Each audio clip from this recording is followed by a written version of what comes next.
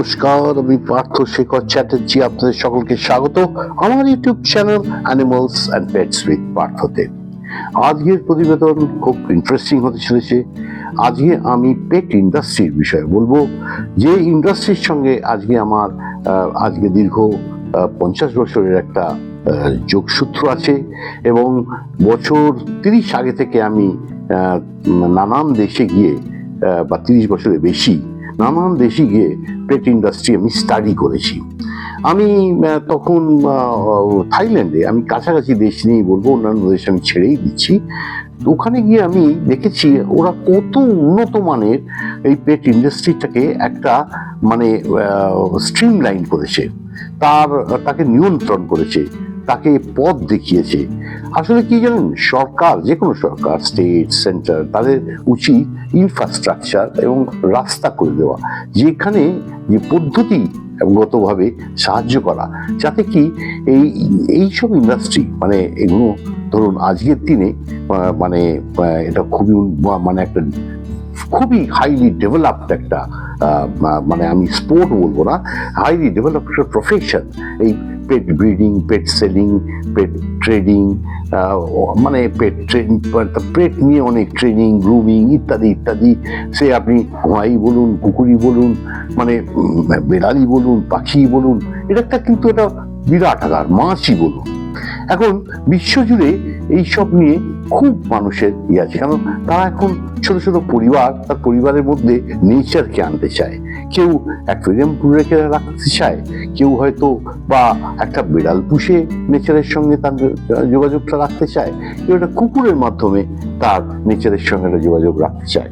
মানে শুধু সে নিজের স্পিসিসে, মানে মানুষ তো মানুষের সঙ্গে মিশছেই, তারা সোশ্যাল ক্রিচার, তারা তো সবসময় তাদের অ্যাসোসিয়েশন, তাদের সোসাইটি, তাদের কর্মক্ষেত্র, সব জায়গা তো মানুষের সঙ্গে করছে। কিন্তু মানুষের বাইরে গিয়ে তারা অ্যানিমালদের সঙ্গে একটা মানে যোগসূত্র ওরা রাখতে চায় বা রাখবার চেষ্টা করে, এবং অনেকেরই এই দিকে ইন্টারেস্ট হয়েছে। তো তখনকার দিনে আমি যখন যেতাম মানে থাইল্যান্ডে, আমি দেখতাম ওখানে একটা চাটুচাক মার্কেট আছে, আজকেও আছে। সেই মার্কেটটা একটা বিশাল মার্কেট, মনে হয় পৃথিবীর মানে সব থেকে বড় পেট মার্কেটের মধ্যে একটা তো হবেই হবে। এবং সেখানে আমি সাজেস্ট করব যে সানডে মার্কেট ওকে বলে। আপনারা যারা ব্যাংককে বেড়াতে যাবেন, ওটাও একটা সানডে যদি থাকেন, তাহলে সেটাকেও একটা আপনার ট্যুর প্রোগ্রামের মধ্যে রাখবেন। এটা একটা অভিনব এক্সপিরিয়েন্স, যেটা আপনি যদি অ্যানিমাল লাভার হন তাহলে আপনি কোনোদিনই মিস করতে চাইবেন না। তো যাই হোক, আমি পরিবর্তনটা ডিপ একটু গভীরে যাচ্ছি। আমি তখন দেখতাম যে এই যে ওখানে এত কিছুর একটা বিক্রি, সে কুকুরই বলুন, যাই বলুন, এমনকি গাছপালা ইত্যাদি, যে কোনো কুকুরের টয়েস, কুকুরের মানে কুকুর মানে আমি কুকুর বলে বলতে চাইছি, বললাম কেন, কুকুরটা হচ্ছে মোটামুটি খুবই মানে বললেই একটা পেট ইন্ডাস্ট্রির কথা বলা যায়। তো মানে এটা আমি বলতে চাইছি যে কোনো অ্যানিমালসের যে কোনো জিনিসের প্রয়োজন সবকিছু ওই একটা জায়গাতে একটা দিনে পাওয়া যায়। সেখানে মানুষ যায়, মানে কাতারে কাতারে মানুষ দেশ বিদেশ থেকে যায় ওখানে কেনাকাটি করতে।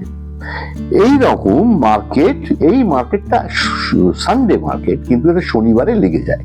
শনিবার দিন যারা মানে শপ ওনার, পেট শপ ওনার, সারা ব্যাংকক জুড়ে, থাইল্যান্ড জুড়ে পেট শপ ওনার, তারা শনিবার ওই মার্কেটে গিয়ে তারা হোলসেল রেটে সব কিনে নেয়।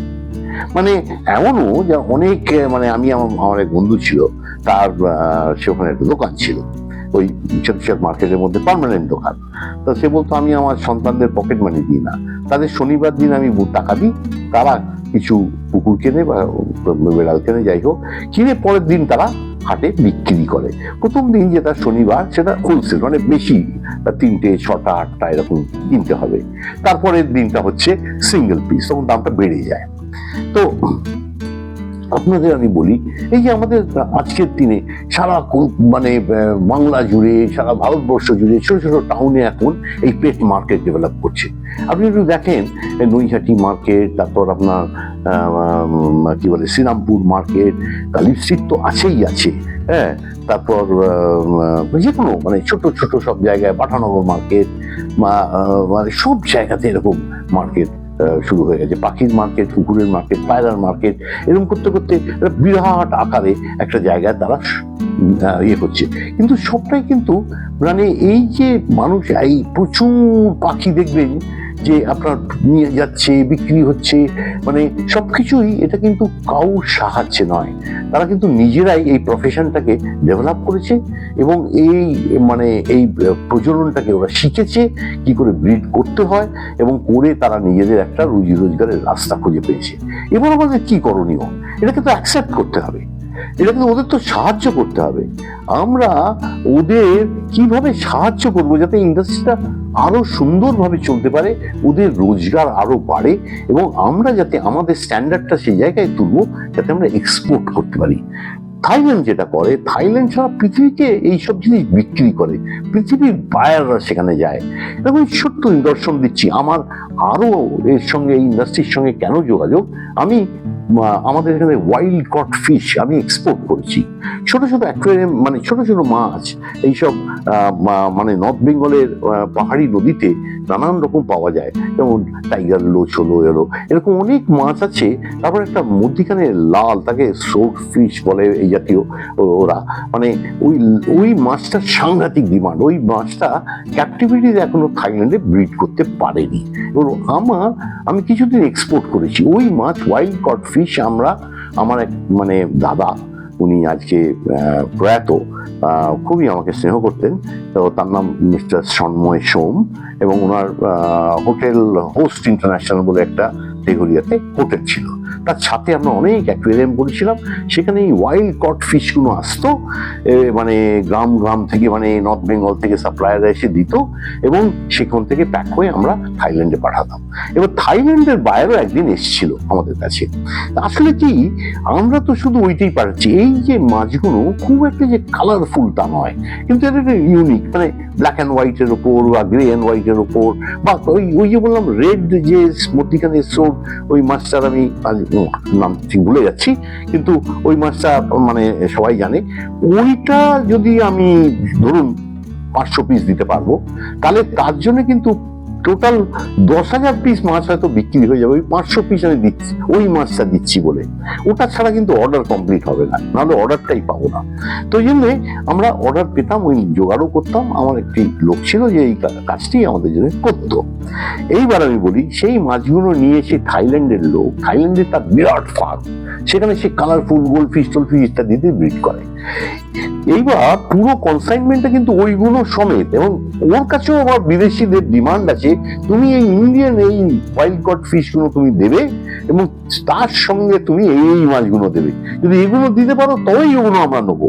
তাহলে বুঝতে পারছেন, সবটাই ইন্টার রিলেটেড। মানে এই মাছগুলো আমরা ওকে দিচ্ছি, ও কিন্তু আমরা হয়তো তাকে সে $2,000 মাছ দিলাম, ও এবার $20,000 মাছ বিক্রি করে $18,000 তার নিজের যা চাষ করছে তার ফার্মে সেটা বিক্রি করছে। আমাদের এখানে এত নিম্নমানের বিদেশি ফিশগুলো ব্রিডিং হয়, তার কারণ হচ্ছে ইম্পোর্ট ব্যান্ড। ইম্পোর্টটা অত সহজ নয়, সরল নয়।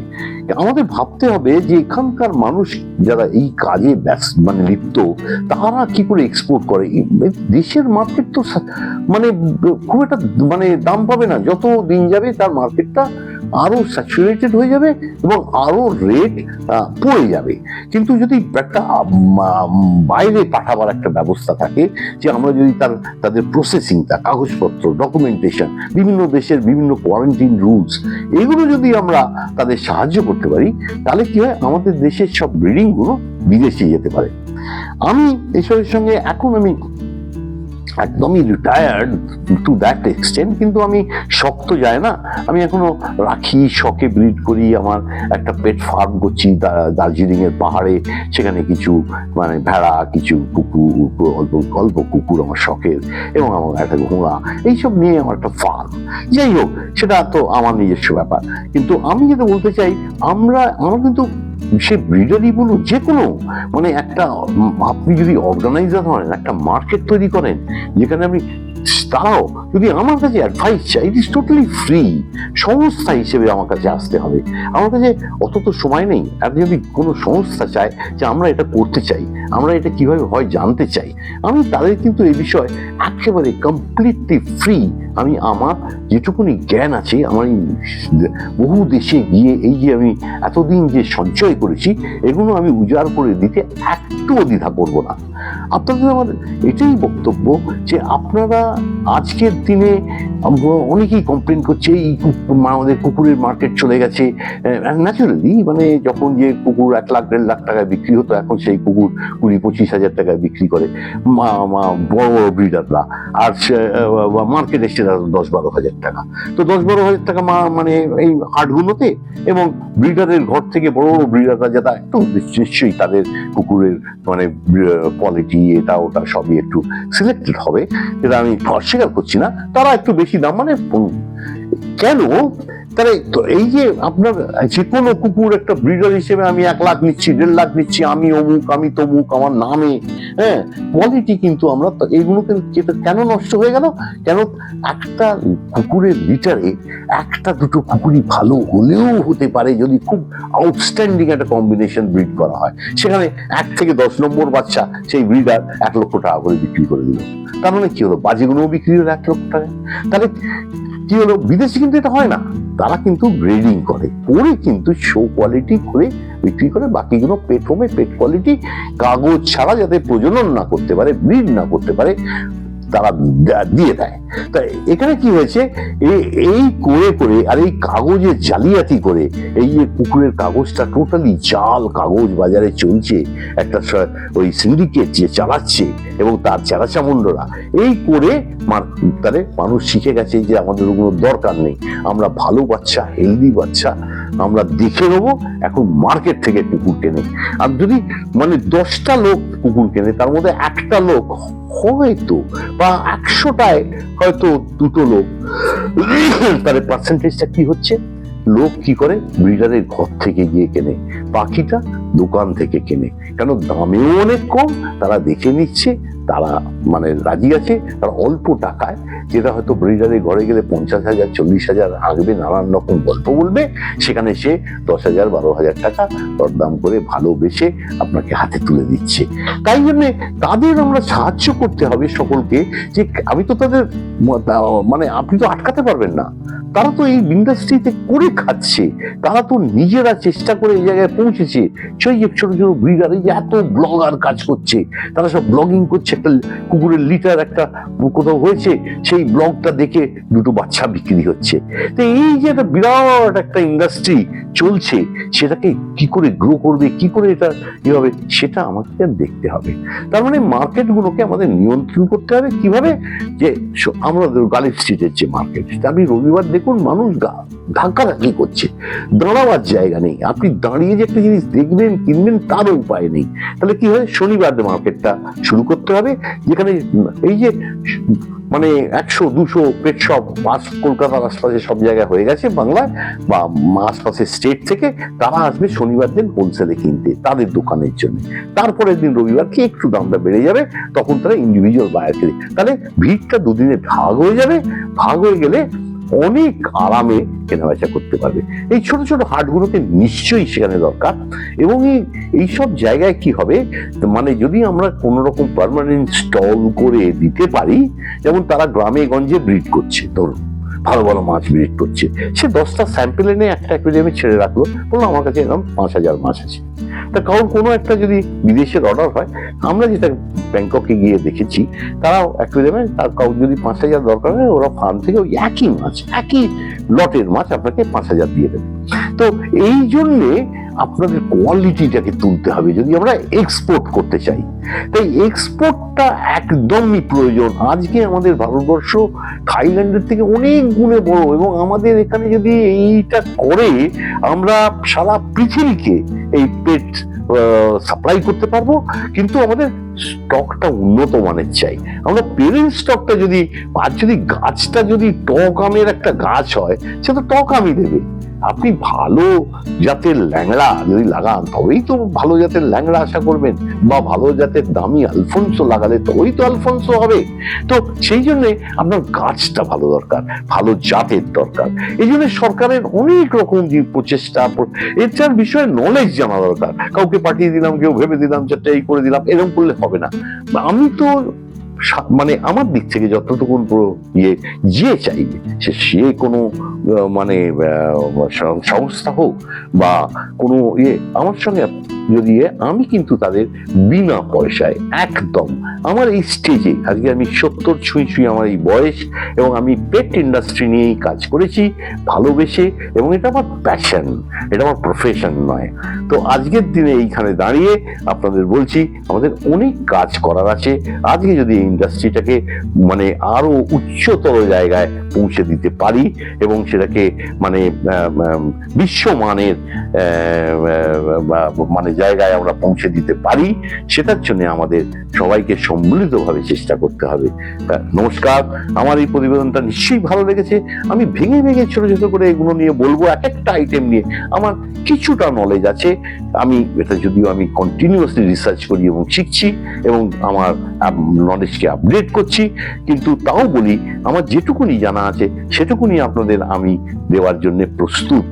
আমার এই চ্যানেলটা দেখার পর আমার নিশ্চয়ই বেল বাটনটা টিপবেন, যদি আপনার ভালো লেগে থাকে শেয়ার করবেন, এবং পেট ইন্ডাস্ট্রি সকলের কাছে বলবেন যে আপনারা এইটা শুনুন, এবং আপনাদের প্রয়োজন থাকলে আমার কাছে, আমার যতটা সম্ভব আমি আপনাদের অ্যাডভাইস দিতে পারবো, যদি এই সংক্রান্ত কিছু আপনাদের মনে হয় আপনাদের প্রয়োজন। থ্যাংক ইউ, নমস্কার।